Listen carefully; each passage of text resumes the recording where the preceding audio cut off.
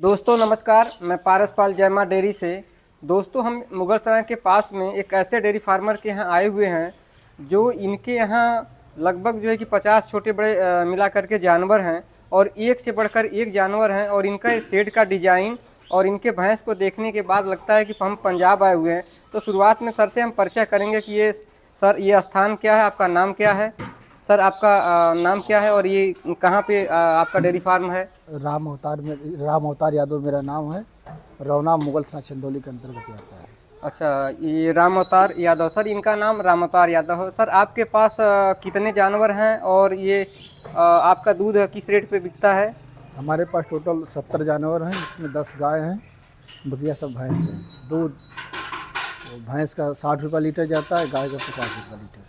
अच्छा, गाय का दूध 50 रुपये लीटर जाता है और भैंस का दूध 60 रुपये लीटर जाता है। जी तो सर आपके यहाँ टोटल कितना जानवर बता रहे हैं? 70 जानवर। टोटल 70 जानवर हैं, जिसमें से भैंस कितना है? 60 भैंस है, 10 गाय हैं। 60 भैंस हैं, 10 गाय हैं। तो सर ये आप कितने समय से डेयरी फार्म कर रहे हैं? ये हम लोग का पुश्तैनी कार्य है। पहले पिताजी करते थे, उसके बाद हमने पढ़ाई पूरी करने के बाद हम भी कार्य को शुरू कर दिया। अच्छा, पढ़ाई आप पूरी करने के बाद अब इस डेयरी लाइन में आ गए हैं। जी हाँ। तो ये इतने जानवर से आपके यहाँ दूध कितना हो रहा है?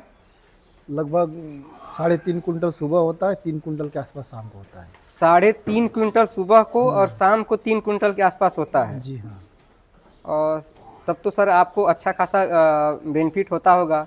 सर आपको महीने का कितना बचा लेते होंगे?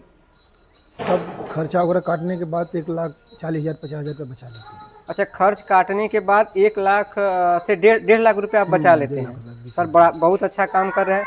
तो सर ये जो नए डेयरी फार्मर हैं, जी हाँ। वो इस लाइन में आना चाहें तो कैसे करें जो इस लाइन में आ सकें और वो अच्छा कर सकें?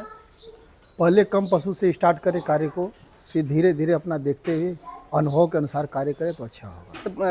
तो ये जानवर कहाँ से खरीदें? हम गांव से भी जानवर खरीदते हैं, पशु मंडी दिलदार नगर काराकाट लगती है, वहाँ से भी लाते हैं। तो नए पशुपालक हैं, क्या मंडी से गाय या भैंस खरीदना उनके लिए ठीक रहेगा? अनुभव के अनुसार कोई 1-2 आदमी अपना अनुभव ले जाए तो उस एंगल से पशु खरीदें। देख के अनुभवी आदमी हो तो मेला में जाने से अच्छा है। अच्छा, अनुभव उनके साथ में जो नए पशुपालक हैं किसी अनुभवी के साथ में ले जाएं तब खरीदें, अकेले ना जाएं। अकेले ना जाएं, क्योंकि अकेले जाएंगे तो ठगी होंगे। अकेले जाएंगे तो ठगी हो जाएंगे। जी। तो सर नए पशुपालक जो हैं वो आपके मेला से खरीद के ले आते हैं। मेला से खरीदने में ये होता है कि दूध कम हो जाता है। हाँ, और जो है कि उससे समस्याएं ज़्यादा रहती हैं। जी हाँ, मेला से आने पे पशु 1 हफ्ता तक दूध कम देती है। उसके बाद अगर अच्छी पशु है तो अपना दूध देना स्टार्ट कर देती है। अच्छा, मतलब 1 हफ्ता के बाद आपके वातावरण में ढल जाएंगी। जी हाँ। तब जा कर के दूध देना शुरू करेंगी। तो क्या हम गाय से डेयरी फार्म करें या भैंस से? दोनों अच्छा है, गाय भी अच्छी है, भैंस भी अच्छी है। तो आपके यहाँ देख रहे हैं कि ज़्यादातर भैंस हैं, गाय कम है। जी हाँ, हम लोग का दूध दुकान वगैरह पे जाता है तो भैंस का दूध है, उससे दही भी भरा जा सकती है, चाय भी अच्छा बनता है। गाय का दूध से सिर्फ छेना बनता है और बच्चों के पीने के लिए होता है। कहने का मतलब कि आप अगर गाय का दूध अच्छा रेट पे बेच रहे हैं तो गाय का दूध मतलब गाय का डेयरी करिए। अगर आप भैंस का दूध अच्छा रेट पे बेच पा रहे हैं तो भैंस की डेयरी करिए। जी हाँ। सर यही ना? जी हाँ। आप जो है कि भैंस का चाय वाय में भी जो बिक जाता है, छेना पनीर भी उसका अच्छा निकलता है। इसलिए आपको भैंस से ज़्यादा बेनिफिट होता है। गाय के अपेक्षा मार्केट में भैंस के दूध की खपत ज़्यादा है। हमेशा 15-20 रुपये लीटर पर लीटर गाय के दूध से भैंस का अधिक मात्रा में बिकता है। तो भैंसों में सर ये होता है कि भैंस कम दिन दूध देती हैं, गाय ज़्यादा दिन दूध देती हैं। जी हाँ। नहीं, गाय कुछ ज़्यादा दूध देती है तो उसमें फैट कम होता है। भैंस कम दूध देती है लेकिन फैट ज़्यादा होता है। थोड़ा भैंस में रोग भी आने की क्षमता कम होती है, गाय ज़्यादातर बीमार होती है। अच्छा, ये भैंसों का इम्यूनिटी पावर ज़्यादा होता है, इसलिए जो है कि बीमार कम होती हैं। गाय जो है, भैंस या गाय में जो समस्या है आपके यहाँ या अमूमन डेयरी फार्म में क्या समस्या होता है?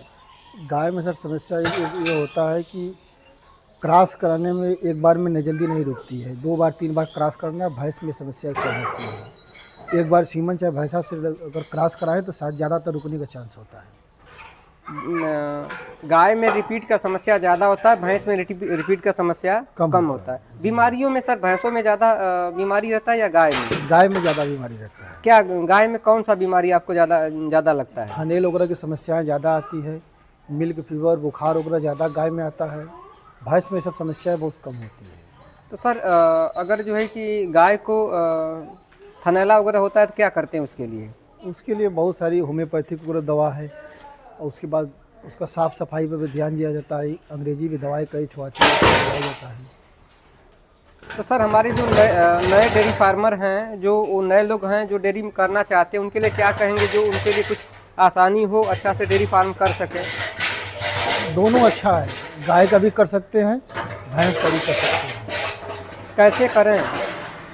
स्टार्टिंग में 2-4 पशु से स्टार्ट करें। जो अनुभवी व्यक्ति है, जो जिसके पास ज़्यादा पशु है, उनसे संपर्क बनाएं और उसके बाद अपना काम स्टार्ट करें। मार्केट में अपना दूध का सेलिंग पकड़ पहले बना लें कि कहाँ दूध जाए मेरा, किस रेंज पे जाए, कितना बचत हो।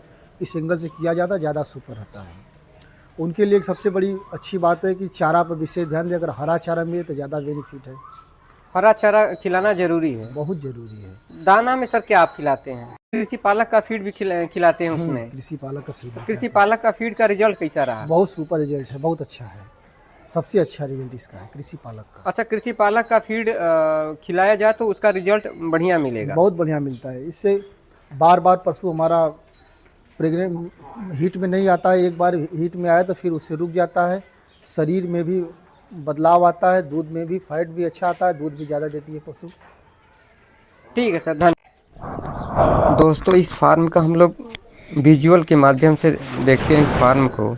ये फार्म छत का ढलैया किया गया है और ये छत पे भूसा रखा गया है, वहाँ से ये भूसा आ रहा है।